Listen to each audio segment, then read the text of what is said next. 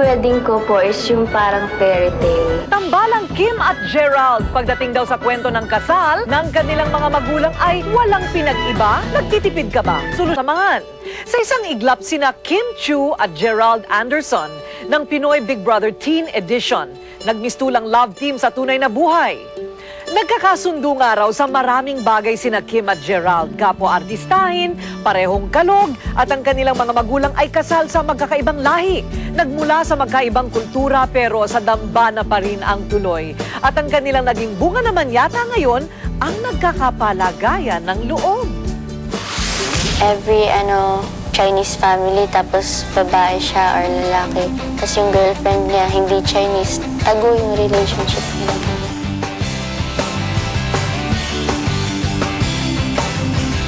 Big brother plays Big Brother is Gerald. Kim, you are the Teen Edition Big Winner! Kabilang ang mga magulang nina Kim at Gerald sa halos 1 milyong Pilipino na nakapag-asawa ng ibang lahi. Si Kim ay mula sa isang konserbatibong Chinese-Filipino family mula sa Cebu. Maganda namang combination yan. Parang Pinay at Chinese. Yung kinalabasan niya maganda. Yung nakuha niya pagka-Chinese, yung disiplina sa sarili niya. Yung pagiging Pilipino po, yung pagiging hospitable, pagiging may respeto sa iba, yung pagiging Chinese, pagiging matipid, pagiging conservative sa lahat ng mga bagay. Ang laking Amerika naman na si Gerald ay produkto ng pag-iibigan ng isang American US Navy at Pinay mula General Santos. More on American culture, parang pride. Yun, and on the Filipino culture, more on family, religion. At sa hindi inaasahan kapwa mula sa sirang pamilya o broken family sina Kim at Gerald. Ang sakit po, parang wala wala akong mag-ana or something. I can't. Ayoko mag-school, ayoko So, it affected me as a person. Ang pagkakahalintulad ng ilan sa bahagi ng kanilang buhay na rin marahil ang nagtulak kina Kim at Gerald para magkapalagayan ng loob. Mahilig po siya magpatawa. Ayan. Tapos mabait, marespeto sa tao. Inspiration muna. Okay po. Masaya na super, flattered. Dahil sabi nga na, inspirasyon niya ako yun.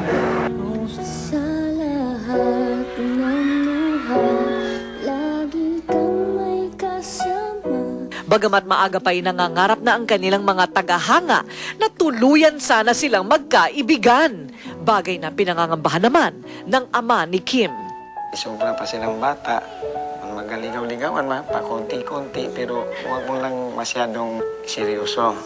Pagdating ng 21, kung sila man, hindi payagan ko sila magkatuluyan. Bakit po 21? Hindi ko po alam kailan pa ako may in love eh. Doon po sa, panahon na ma-in-love ko.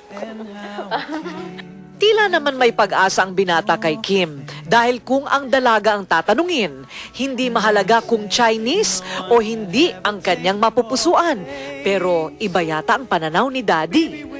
Mas maganda may Chinese blood siya para hindi magkalayo yung ugali. Kung wala naman, ibang namang nagaligaw na hindi Chinese, depende yung kay Kim kung tatanggapin niya o hindi. Maganda yan. At nang mapag-usapan ng dream wedding, mukhang magkasundo pa rin naman yata ang binata at dalaga. Ang dream wedding ko po is yung parang fairy tale na parang yung mga damit motif nila para may pakpak, yung mga flower girls, may mga pakpak sa likod, tapos yung may mga lalaking cap, ganun. Kahit anong gusto niya, or any girl na, it's up to the girl talaga. Basta happy siya.